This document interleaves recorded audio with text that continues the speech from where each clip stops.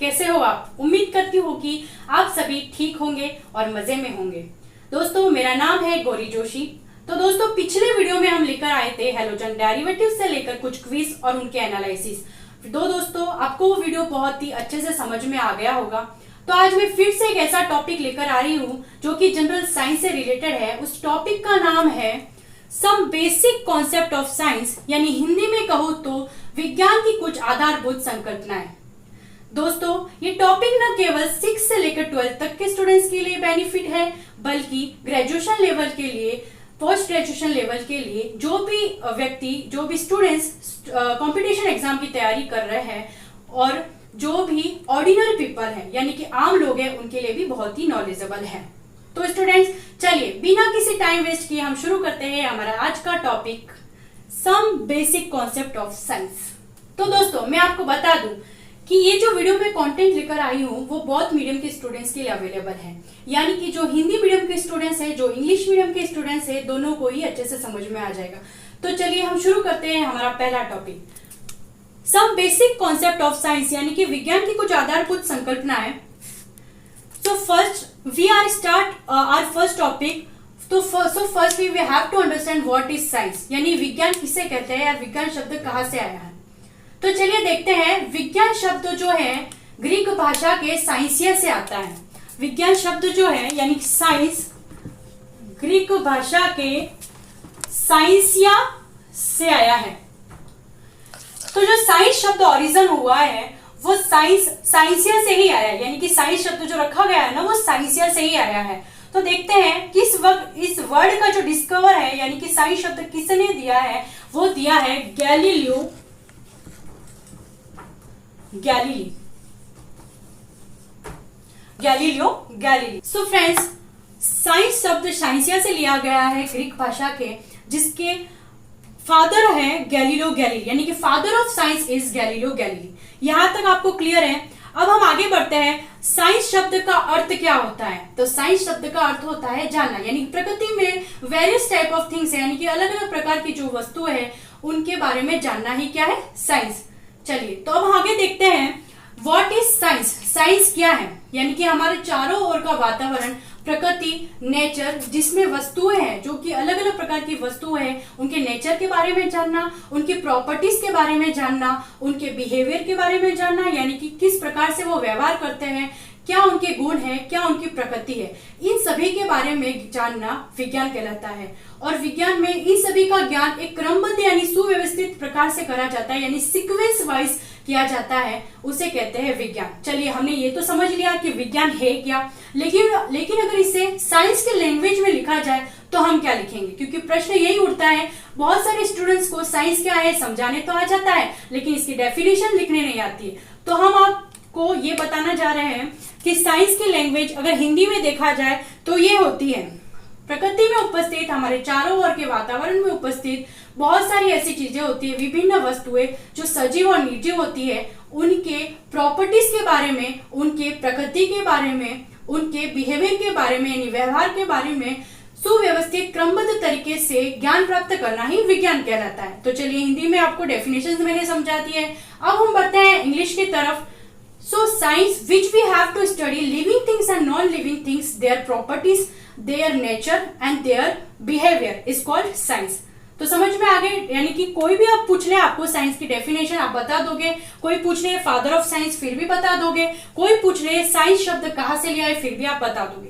तो चलिए, यहाँ तक आपका क्लियर है। Now we are talking about branches of science, यानी कि साइंस के ब्रांच कौन कौन सी है। तो देख लेते हैं। देखिए, मैं यहाँ से बता दूं, क्योंकि जगह हमारे पास कम पड़ रही है, तो मैं आपको डायरेक्ट यहाँ से बता देती हूँ। साइंस की फर्स्ट ब्रांच होती है बायोलॉजी, यानी जीव विज्ञान। सेकेंड ब्रांच होती है केमिस्ट्री, जिसको बोलते हैं, ऊपर लिख देती हूं, रसायन विज्ञान। तीसरी ब्रांच होती है भौतिक विज्ञान, यानी फिजिक्स, भौतिक विज्ञान।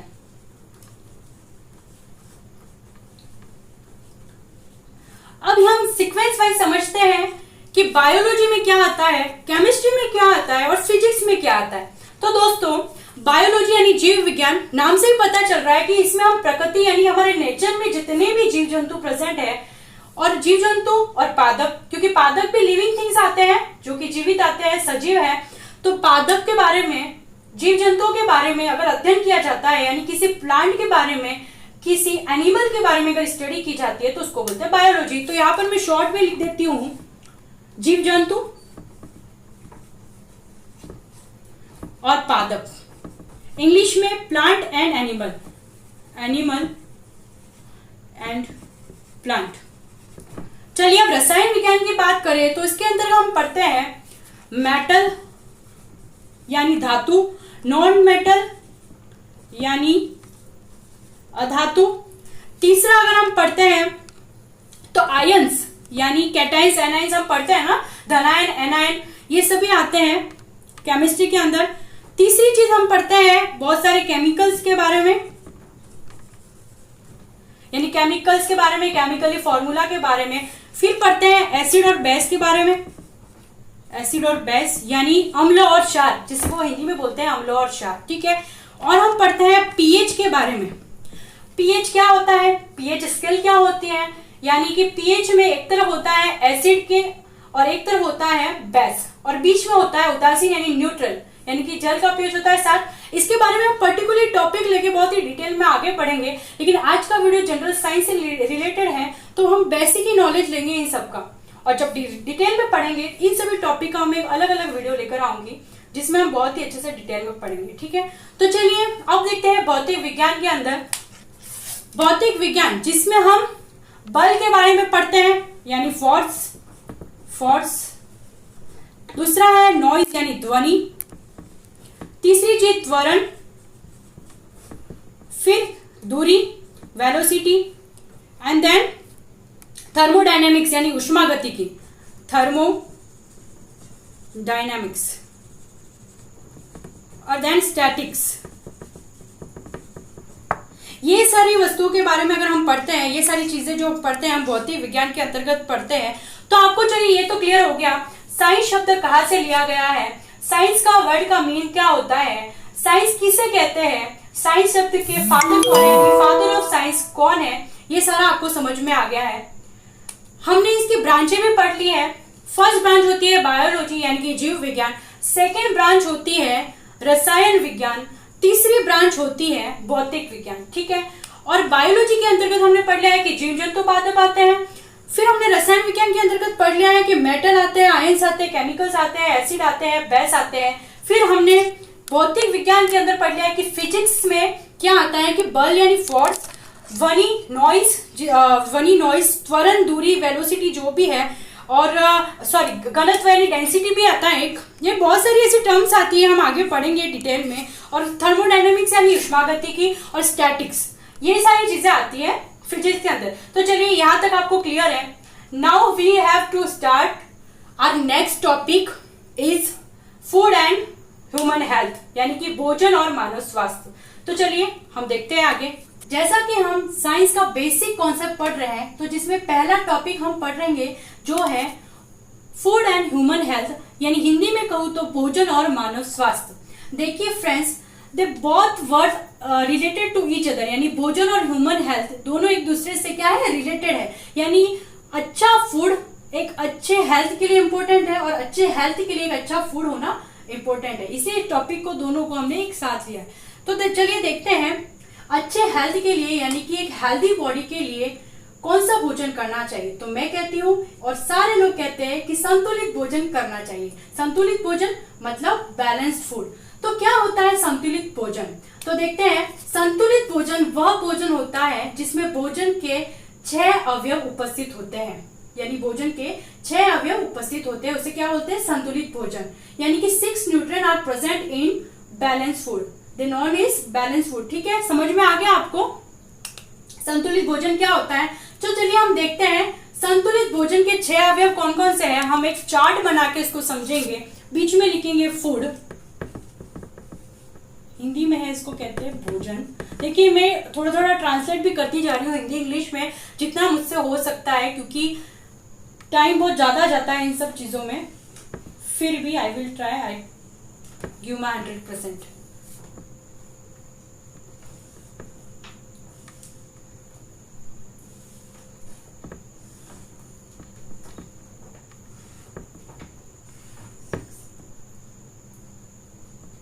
तो पहला आता है हमारा प्रोटीन, प्रोटीन। दूसरा आता है विटामिन, विटामिन। तीसरा आता है कार्बोहाइड्रेट्स, कार्बोहाइड्रेट्स,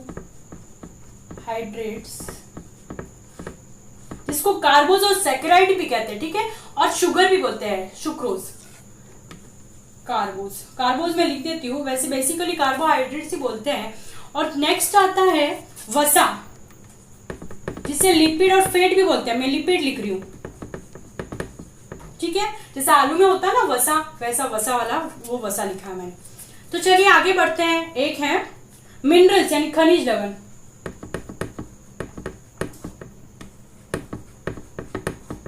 मिनरल्स। और लास्ट है जल यानी वाटर। तो guys, first is protein, second nutrient is vitamin, third is carbs यानी कार्बोहाइड्रेट्स, फोर्थ इज लिपिड यानी वसा, फिफ्थ इज मिनरल्स यानी खनिज लवण, एंड लास्ट इज वाटर यानी जल। ठीक है, तो ये तो हमने समझ लिया कि 6 मिनरल कौन कौन से होते हैं। ठीक है, तो बैलेंस फूड के लिए ये 6 न्यूट्रिएंट्स बहुत ही इंपॉर्टेंट होते हैं। तो ये जाकर हम उस फूड को क्या बोल सकते हैं, बैलेंस फूड यानी संतुलित आहार, जो कि ह्यूमन हेल्थ के लिए यानी कि हेल्थी बॉडी के लिए बहुत ही ज्यादा इंपॉर्टेंट होते हैं। तो चलिए हम एक एक करके स्टेप बाय स्टेप ये एक एक सेगमेंट इनका समझेंगे। तो सबसे पहले हम पढ़ते हैं प्रोटीन के बारे में। तो गाइस, प्रोटीन के बारे में अगर मैं समझाऊं तो प्रोटीन जो शब्द है, जो वर्ड है, वो प्रोटीन से लिया गया है, यानी प्रोटीन से, जिसका मतलब होता है प्रथम स्थान ग्रहण करने वाला, यानी first place taken, first take place. ठीक है, चलिए, तो प्रोटीन शब्द का हमने मतलब भी समझ लिया, प्रोटीन शब्द कहाँ से लिया है वो भी हमने समझ लिया है। अब हम देखते हैं कि प्रोटीन शब्द दिया किसने है।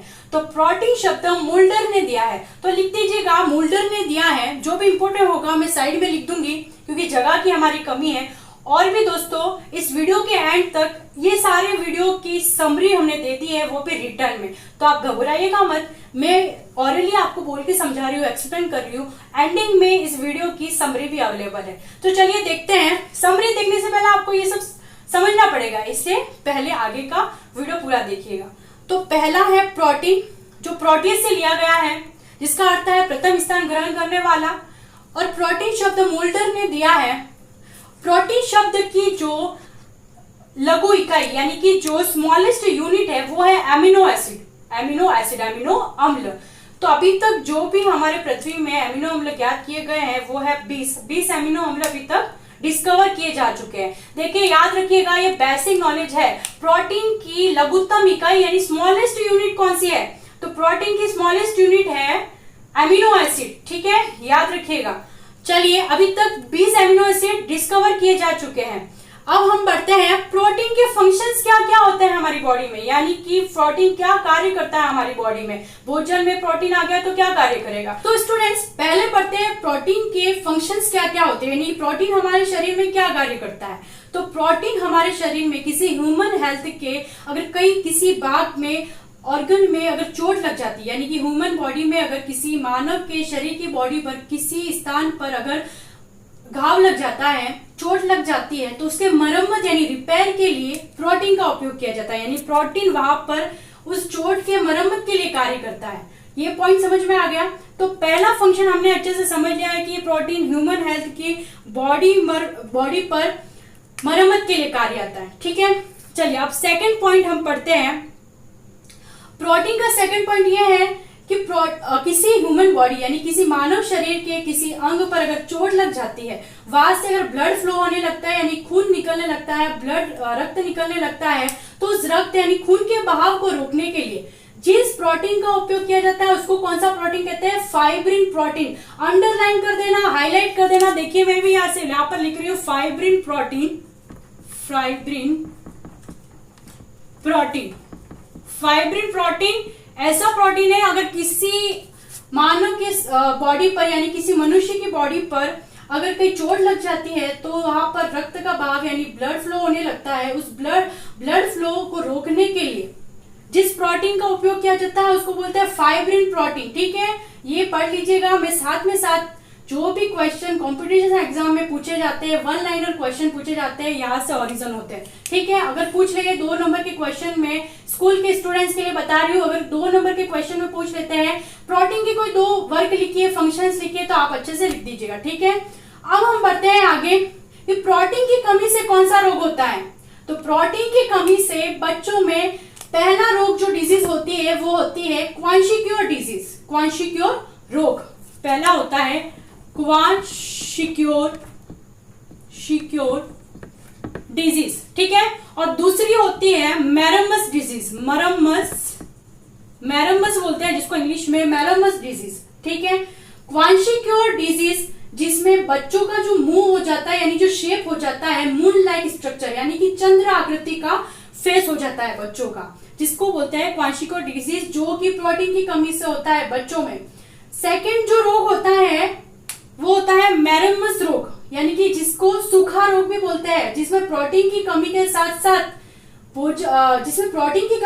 साथ एनर्जी की कमी भी हो जाती है। यानी कि प्रोटीन की कमी भी होती है, एनर्जी की कमी भी होती है, दोनों साथ साथ में होते हैं। उसको बोलते हैं मैरमस रोग, जो कि बच्चों में होता है। अगर पूछ लिया जाए निम्न में से, एमसीक्यू क्वेश्चन यानी कंपटीशन एग्जाम में पूछा जाए कि निम्न में से प्रोटीन से होने वाला रोग है, अगर 4 ऑप्शन में से क्वांशिक्योर होता है तो उसे सही कर दीजिएगा, अगर मैरमस होता है तो उसको सही कर दीजिएगा, अगर मैरमस और क्वांशिक्योर दोनों साथ में दे रखे हैं तो भी आप सही कर सकते हो। चलिए यहां तक क्लियर है। अब पूछा जाए कि प्रोटीन किस किस चीजों में होता है, तो प्रोटीन सबसे ज्यादा सोयाबीन में होता है, दालों में होता है, अनाजों में होता है, सोयाबीन में सबसे ज्यादा प्रोटीन होता है। चलिए, तो प्रोटीन का टॉपिक में उम्मीद करती हूँ आपको सबको समझ में आ गया होगा। तो चलिए फ्रेंड्स, नेक्स्ट न्यूट्रिएंट्स की तरफ चलते हैं। प्रोटीन का सेगमेंट तो समझ में आ गया है, तो नेक्स्ट सेगमेंट इज विटामिन।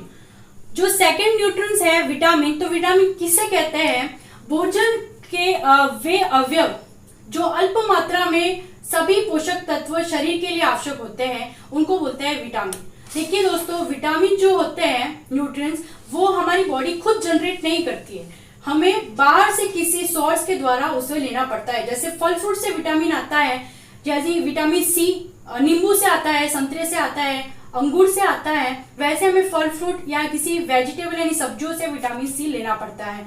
वैसे ही बहुत सारे विटामिन हमें अलग अलग सोर्स से लिए जाते हैं, जैसे अनार है या बहुत सारे फ्रूट्स हैं जिसका मैं अभी नाम नहीं लूंगी क्योंकि वीडियो बहुत ही लंबी हो जाएगी, आपको बोरिंग लगने लगेगा। तो चलिए, विटामिन किसे कहते हैं मैंने समझा दिया है। और हाँ, इन केमिकली फॉर्म में कहूं तो विटामिन एक कार्बनिक यौगिक है, यानी कि ऑर्गेनिक कंपाउंड है। याद रखिएगा, vitamin is a organic compound. ठीक है, और विटामिन ऐसे पोषक तत्व होते हैं, ऐसे न्यूट्रिएंट्स होते हैं जिनको अल्प मात्रा में बहुत ही हमारे शरीर के लिए आवश्यक होते हैं। तो विटामिन किसे कहते हैं हमने समझ लिए। तो देखते हैं दोस्तों, विटामिन बहुत ही प्रकार के होते हैं, जिसमें हम सबसे पहले पढ़ते हैं vitamin A, vitamin B, vitamin C, vitamin D, vitamin E, vitamin K. ठीक है, समझ में आ गया। विटामिन ए की कमी से होता है रंतोदी रोग और वृद्धि की ग्रोथ रुक जाती है, यानी कि वृद्धि की शरीर की जो वृद्धि होती है वो रुक जाती है। विटामिन बी की कमी, यानी विटामिन बी की बात करें तो बहुत सारे ऐसे पार्ट होते हैं विटामिन बी में जिसके बारे में हम पढ़ेंगे। वो है vitamin B1, B2, B3, B5, B6, B7 और B12। समझ में आ गया।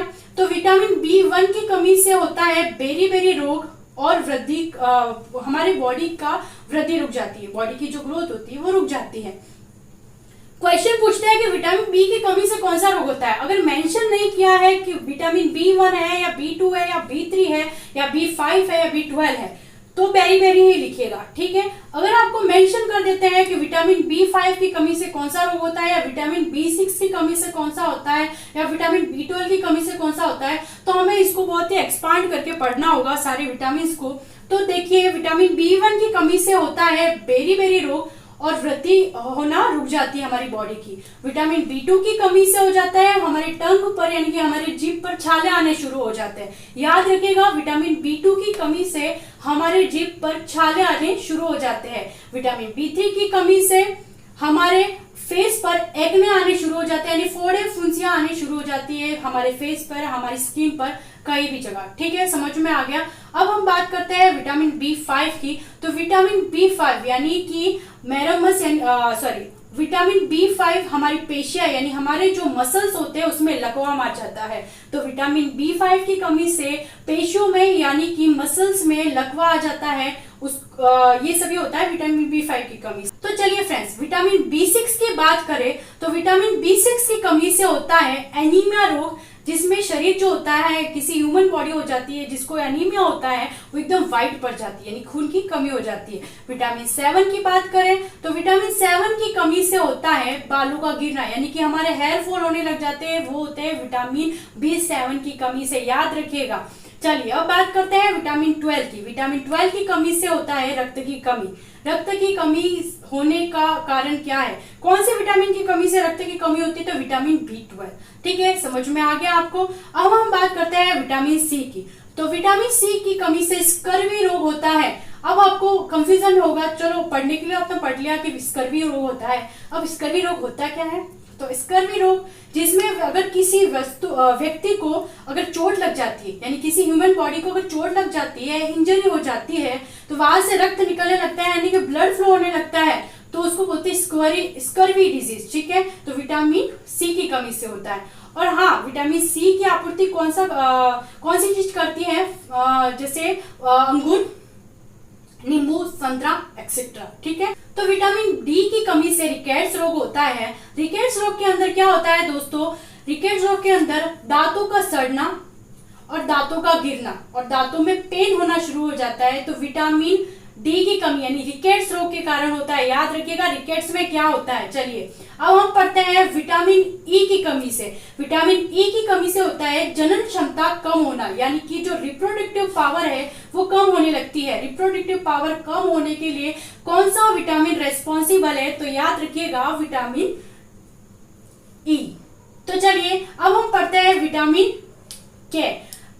किसी वस्तु में रक्त स्राव होना, यानी कि कोई चोट लगने पर अगर खून बहता जाए, रक्त का थक्का यानी कि ब्लड क्लॉटिंग नहीं हो पाती है, तो विटामिन K की कमी से होता है। और विटामिन K से होता है रक्त का स्राव, यानी कि खून बहने लग जाता है। लेकिन अगर इसकी पूर्ति की जाए, यानी कि विटामिन K अगर हमारे शरीर में भरपूर मात्रा में है, तो अगर कहीं चोट लग जाती है तो रक्त का थक्का आसानी से जम जाता है, ब्लड जो क्लॉटिंग होता है वो सही से होता है। तो चलिए हमने विटामिन का जो सेगमेंट है वो भी अच्छे से समझ लिया है। तो फ्रेंड्स, कार्बोहाइड्रेट्स के बारे में देखें तो कार्बोहाइड्रेट्स को कार्बोस भी बोलते हैं, सुक्रोज भी बोलते हैं, शुगर भी बोलते हैं, और इसको सैकेराइड्स भी बोलते हैं, है ना, सैकेराइड्स भी बोलते हैं। जैसे कि आइसक्रीम को मीठा बनाने के लिए क्या काम में आता है? सैकेराइड्स यानी कार्बोहाइड्रेट्स। तो ये बेसिक नॉलेज समझ में ले लेना।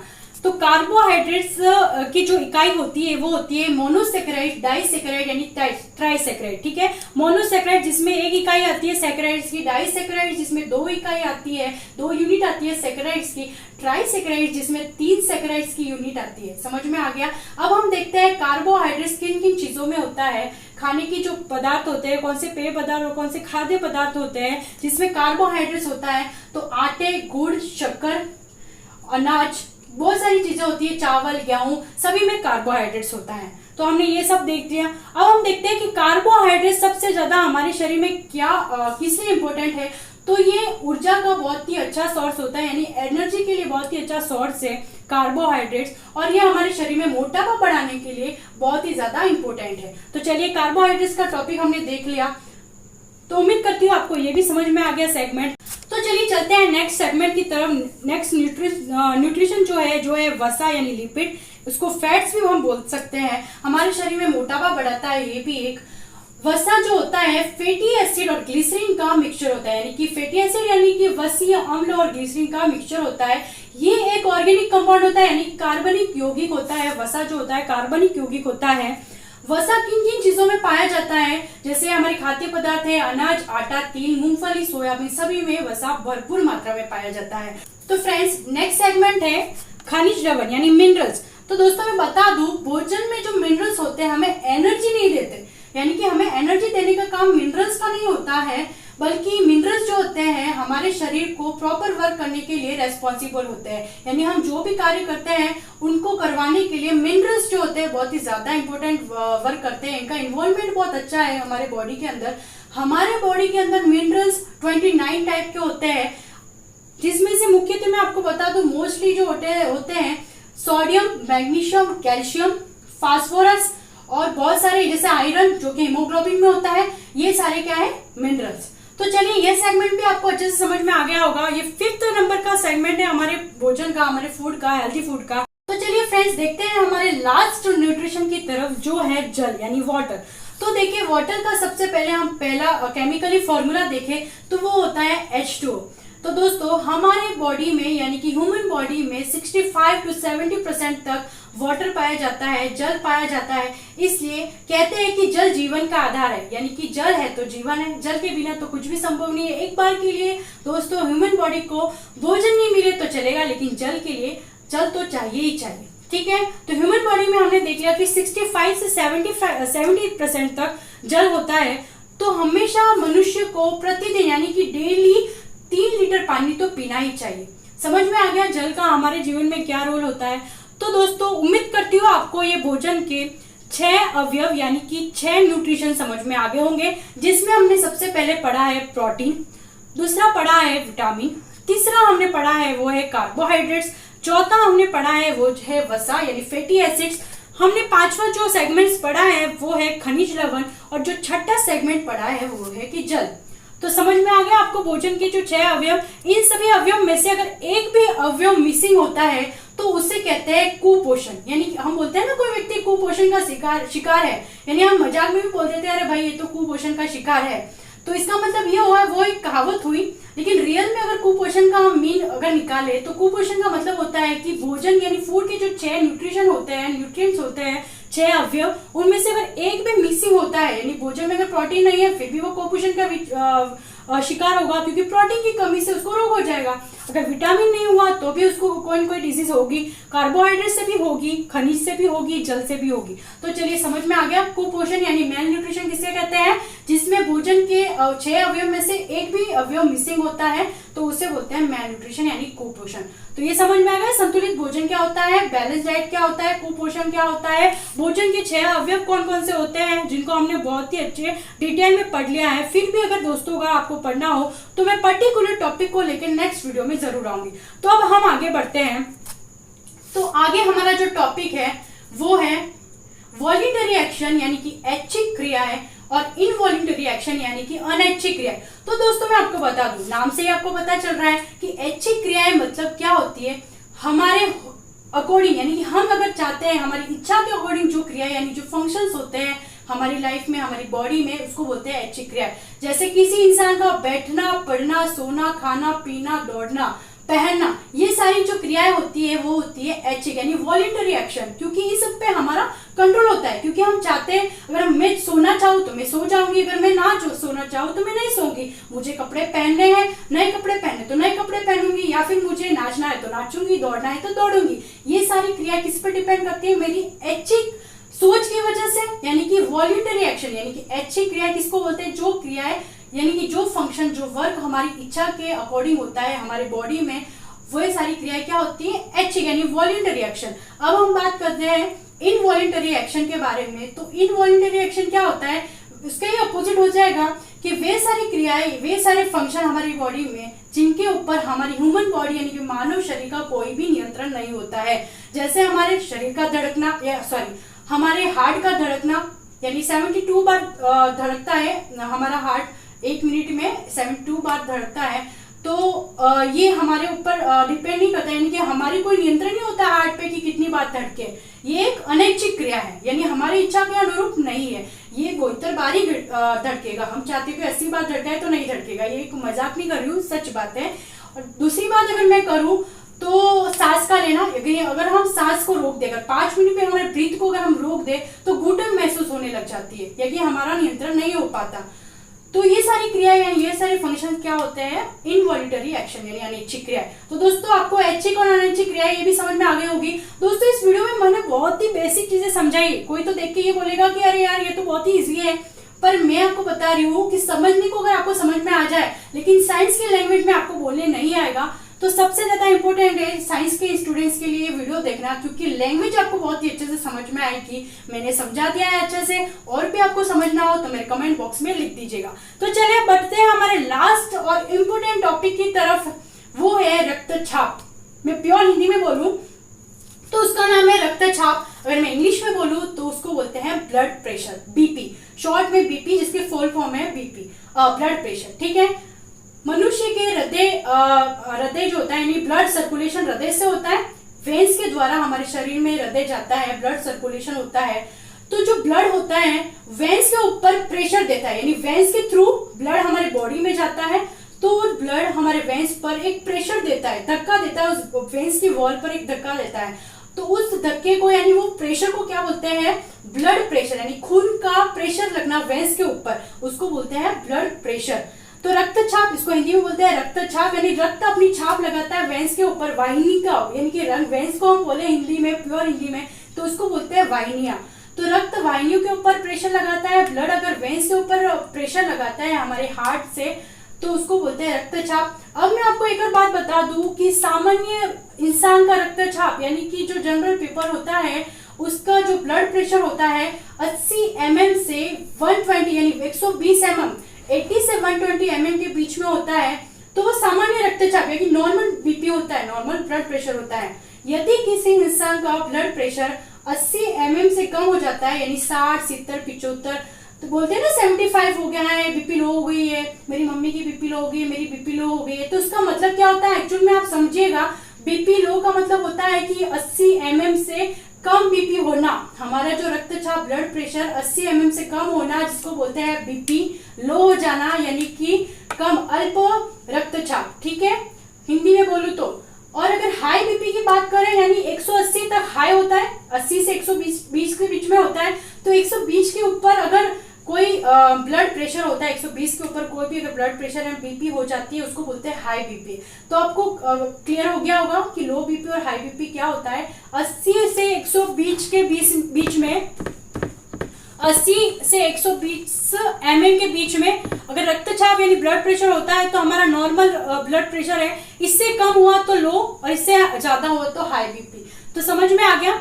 अब लास्ट एक लाइन में आपको इंपोर्टेंट बता देती हूँ कि रक्तचाप मापने का यंत्र किसे कहते हैं, यानी कि ब्लड प्रेशर को कैलकुलेट यानी कि मापते किससे है, तो वो होता है स्फाइग्नोमैनोमीटर। लिख देती हूँ स्फाइग्नोमैनोमीटर।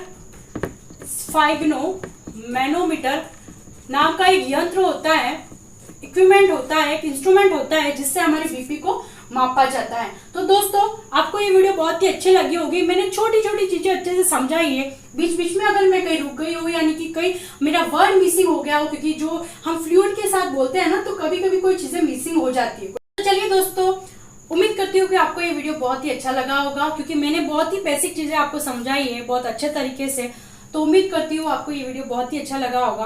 तो चलिए दोस्तों, हम चलते हैं इस वीडियो की समरी की तरफ। उससे पहले मैं आपको समझा दूं कि अगर आपको हमारा ये वीडियो बहुत ही अच्छा लगा हो, समझ में आया हो, तो हमारे चैनल को प्लीज सब्सक्राइब करें, शेयर करें, लाइक करें और बेल आइकन दबाना ना भूलें, ताकि सारी इस वीडियो की नोटिफिकेशन, हमारे चैनल की नोटिफिकेशन, अपकमिंग वीडियो की नोटिफिकेशन आपको आती रहे।